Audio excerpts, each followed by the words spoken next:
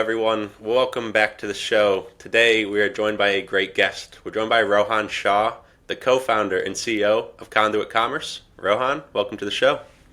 Oliver, thanks for having me. Yeah, it's a pleasure to have you on. Would you mind kicking us off, just telling us a little bit about what you do and then what you guys do at Conduit Commerce? Yeah, for sure. I'm Rohan. I'm co-founder and CEO at Conduit Commerce. Uh, you know, Spent quite a bit of time in the world of e-commerce, logistics tech, supply chain, and throughout the years realized how antiquated of an industry it is, specifically in terms of exchanging data with different trading partners. And so we're doing a bunch of things over at Conduit, but the high level of it is we're making it as easy as possible for independent retailers to be able to procure goods from the suppliers that they work with. So we have a whole suite of tools to make that really easy, but that's kind of the headline. Yeah, gotcha. Sweet. And when you're founding this company, what gap in the market did you see that made you want to kick it off? Yeah, for sure. So in the early days, I was actually building kind of a D2C brand, actually quite a few D2C brands while I was at a company called Elevate Brands. We worked with a number of 3PLs and, just different folks across the supply chain to get goods to customers' doorsteps. And we realized that a lot of data related to, on-hand inventory and product metadata, all that sort of stuff, was being transacted using this really shitty, antiquated flat file protocol called EDI, Electronic Data Interchange. And there were a bunch of issues in basically passing that inventory data back and forth, between the folks who are originating the orders, the folks who are actually storing the goods and fulfilling the orders, et cetera, et cetera. There were, lots of goods that were being sold that were actually sold out. There were lots of goods that were not being marketed because, folks didn't realize that they'd been replenished. And a lot of, delays in fulfillment just because, it took 12, 24 hours for the folks who were fulfilling the goods to actually understand that an order needed to be, picked off a shelf and put into a box and shipped out to a doorstep. And so we just realized that there were a lot of inefficiencies with not having real-time inventory data, across the different trading partners that exist in the supply chain. And so we've been building Conduit really to kind of fix that particular issue. But you can imagine once we understand where products are in real time across all these different warehouses, there are a lot of powerful things that we can do to, help facilitate the different parties involved with actually purchasing those products. Does that make sense? Yeah, 100%. And it's a very strong value proposition. You mentioned you come from a background kind of in the D2C world. As you're transitioning over to this, how did you kind of pull this project together for day one? Yeah, good question. So I think the high level of it is,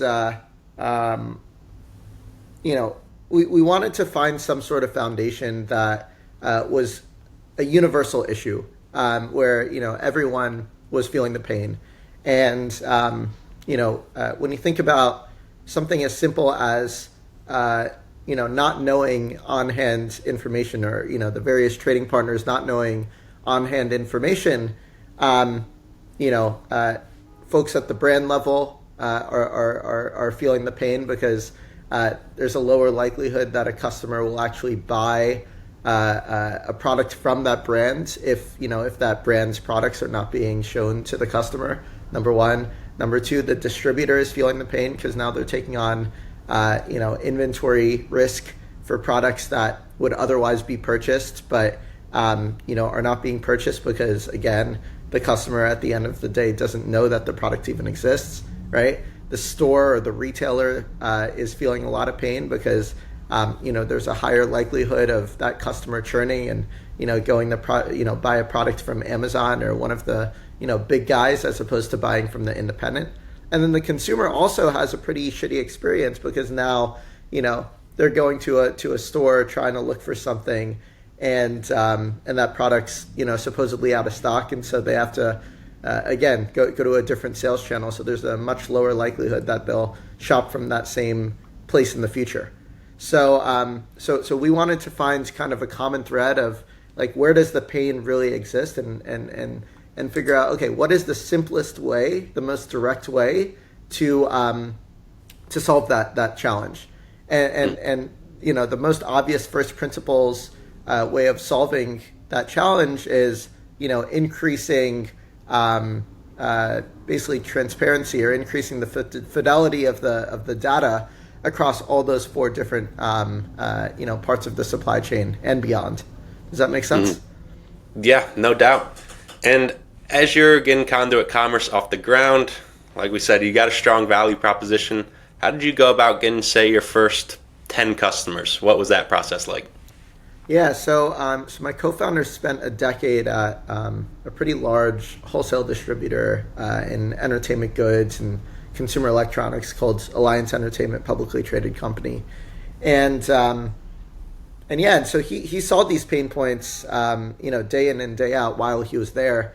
And so fortunately, we were kind of able to hinge a lot of our initial, product around the pain points that Alliance was facing day in and day out. So Alliance was one of our design partners, and then we ended up serving, quite a few of the trading partners that Alliance worked with, just to, again, drive value across that full ecosystem. And so we ended up cutting our teeth pretty deep in the world of consumer electronics, entertainment goods, and moved something like 50 million in GMV just in the first year of operating. Just because it was such a massive pain point.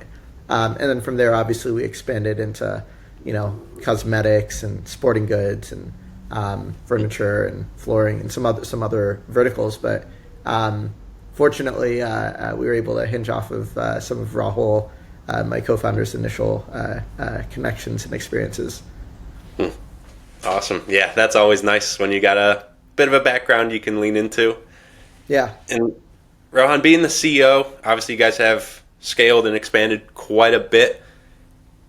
As you're looking through it through your lens, how do you know when it's a good time to essentially scale up? How do you know when it's a good time to pivot? How do you know when it's a good time to expand, or even kind of press pause on some things and kind of ride the wave? How do you look at that from your perspective? For sure. I think it's a great question. I think everything's fundamentally rooted in, customer conversations. So I try to be on, as many customer calls as possible, just trying to get a really, tight pulse on what we're seeing and hearing on the grounds, and seeing what resonates the deepest with our customers. So I think that's the first thing. I think second thing is when you think about like scaling versus like putting something on maintenance mode versus like pulling back.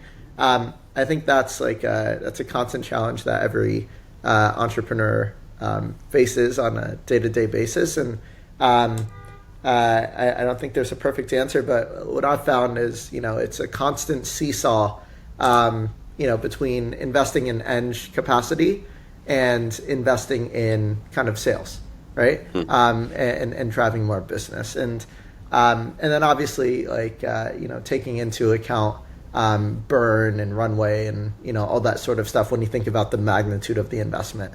But yeah, I mean, we want to be moving as quickly as possible and solving pain points that are as deep as possible on an ongoing basis, and making sure that the solutions that we're putting out are as general purpose and applicable to as many customers as possible.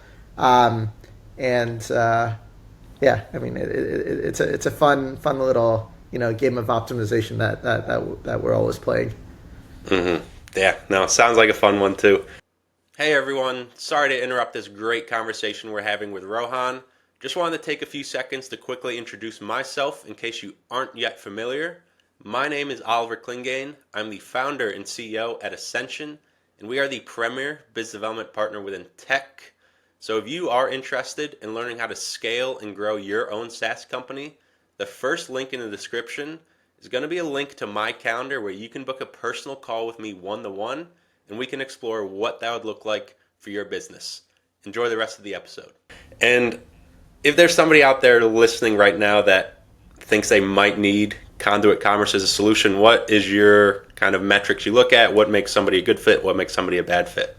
Yeah, for sure. It's a good question. So we like working with large-scale brands, brands, suppliers, wholesale distributors, who generally serve, a pretty long tail of customers, ideally independent retailers. So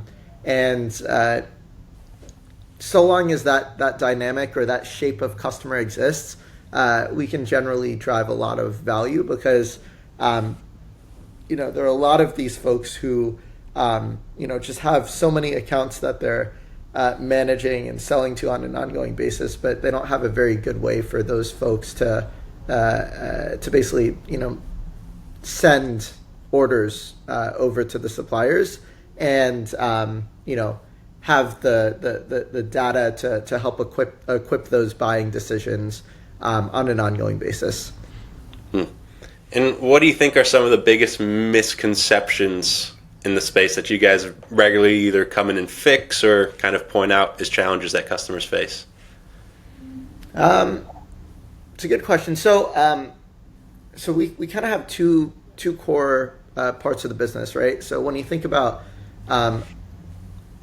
how retailers buy from suppliers, right? Generally speaking, they'll buy in one of two ways. Number one, they'll buy by essentially drop shipping, via essentially e-commerce. And so in that case, deepest pain point is literally just that the integration layer doesn't exist, or it's highly it's very costly to perform the integration, and then actually managing that for the independent retailer to actually manage that sales channel from a technical standpoint is also quite a burden from like an operational and technical standpoint for their team, right? Oftentimes they'll have to kind of hire like a head of e-commerce to manage the website, and then they'll have to hire some ops people to make sure that things are being priced properly, make sure that the assortment and the merchandising is all current, and then actually making sure that the orders are being fulfilled is the last thing, and then customer service. So we've built out a bunch of tooling to kind of put all of that on autopilot, where we can actually spin up the website 0 to 1, pipe in the asset light inventory that sits with the supplier, and then we'll also help them with marketing the products, kind of end to end, and making sure that the products that are being sold are actually fulfilled. So we'll spin up that sales channel 0 to 1. The second core way that these guys are procuring goods is via wholesale, right? So usually the supplier will have like an army of sales reps, and those sales reps will manage, a decent, set of accounts, making sure that those accounts have the right information that they need in order to place like bulk POs, purchase orders. Those relationships between the sales reps and the independent retailers are, very necessary, but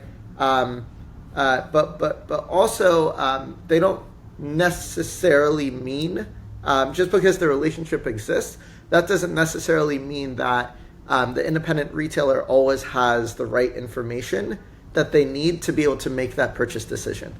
And so we've built out a suite of tools to make these sales reps' lives easier, so they can essentially expose the information that the independent retailers are looking for on an ongoing basis to the independent retailers, so that they can place these bulk purchase orders in a more streamlined manner. Does that make sense?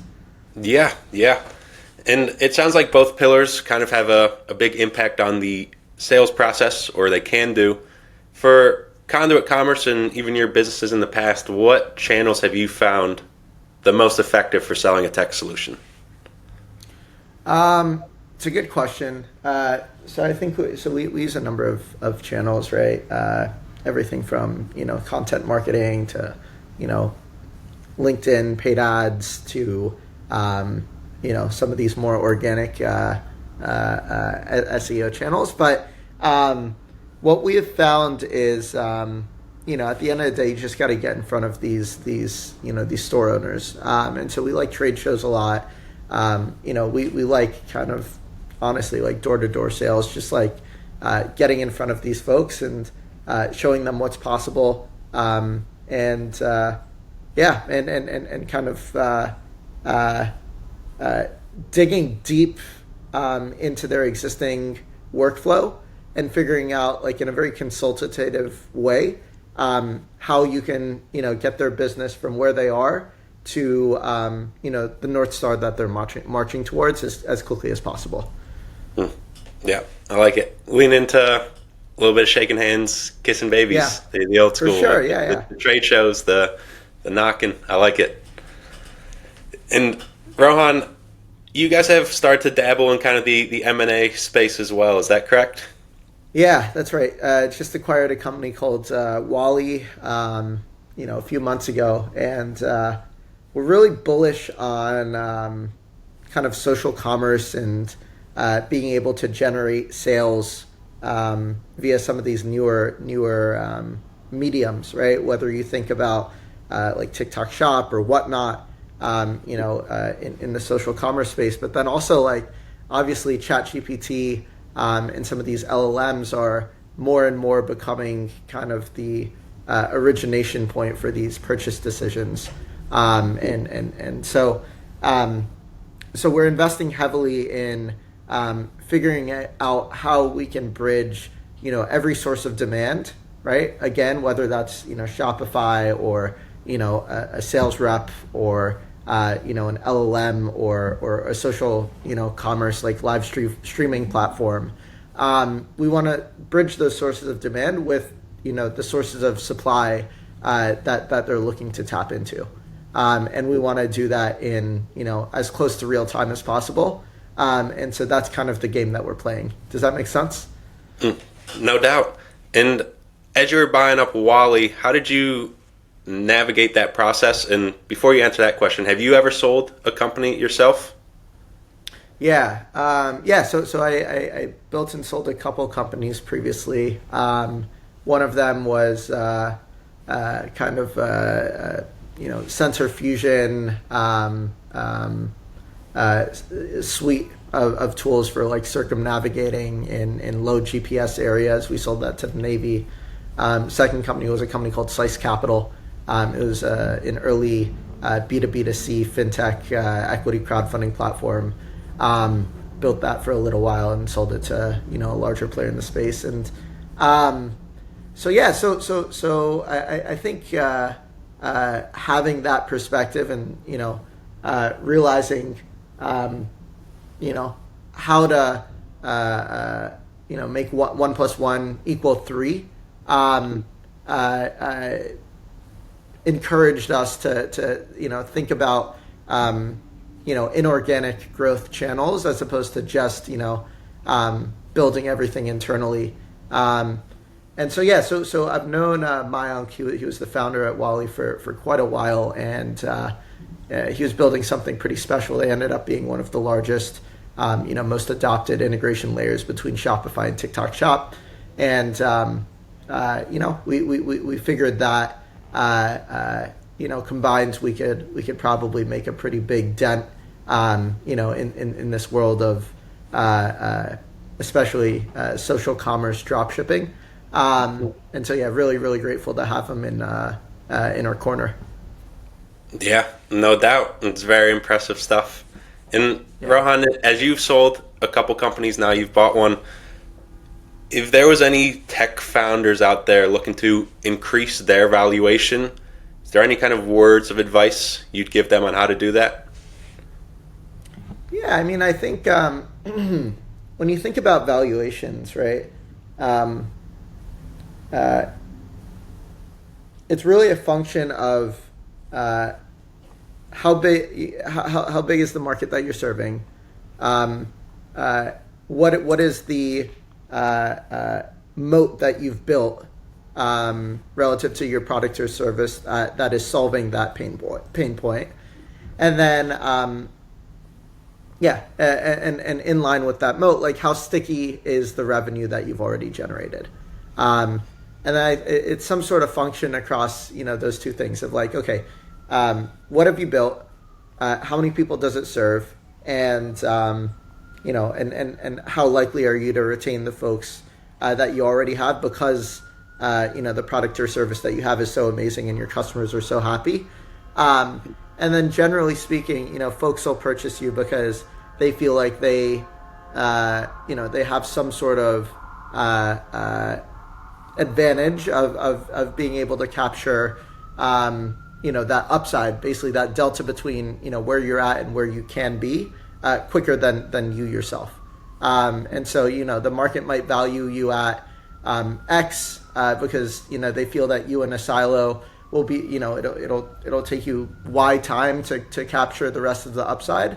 And potential purchasers may feel that Y is conservative, and they can do it in less time than Y. They can capture the rest of the market in less time than Y, and so buying whatever the product or service is probably a better way to to capture that alpha. Does that make sense? I don't know if that was too generic. No, 100%. No, that's a good gold nugget there. Yeah. And Rohan, I appreciate everything you've shared so far about what you're building with Conduit Commerce, all these tips you shared about you've learned from scaling, buying, selling your businesses. You've obviously had a successful career up to this point. You've made it onto the Forbes 30 under 30 list. If there was somebody where they are a current tech founder scaling a company or an entrepreneur just looking to get started, if there was one piece of advice you could give them to implement in the next 30 days, what would that one thing be? Yeah, I think I've always been a huge fan of doubling down on strengths. I think a lot of folks try to, be good at a lot of things, and I think it's totally fine to not be good at most things and be hyper self-aware and self-reflective and figure out what you're really, really good at or what you have the potential to be really, really good at, and then I would say double down on that one thing to the nth degree and be really self-aware and okay with kind of taking help and building a team around you to complement those areas where you might be weaker, because everything in life's a team sport, and I think to the extent that you can identify really good talent, convince them of the North Star that you're marching towards, and be self-aware in the lane that you want to be playing in, I think it's hard to go wrong. I love it. And Rohan, that is all I've got for you today. Like I said, I really appreciate you coming on the show, sharing all these great nuggets of information. I'll be sure to tag your LinkedIn and Conduit Commerce website down in the description. But is there anywhere else you'd like people to reach out with you on, or are those the main two? No, LinkedIn's great. Feel free to email me as well. Email's Rohan, ROHAN, @conduitcommerce.com. We're hiring across all functions, and looking for sharp people who are excited about the future of procurement. Yeah, sweet. I'll be sure to get all that down in the description. And for everybody tuning in, thank you for giving us your time. Thank you for giving us your attention. Be sure to hit like and subscribe down below. And Rohan, one last thank you for coming on the show. Thank you so much. Cheers. It's been a pleasure. Hey everyone, Oliver Clingain here one last time. Just wanted to say thank you for listening to this conversation between Rohan and I. We did a great deep dive into his business. Now, like I shared earlier in the show, if you are interested in learning how to scale your own SaaS or tech company, the first link in the description is available to book a call with me one-on-one, and we'll deep dive directly into what you're doing right, what you're doing wrong, and how we can fix it as we head into 2026. Looking forward to speaking with you, and I'll talk to you guys soon.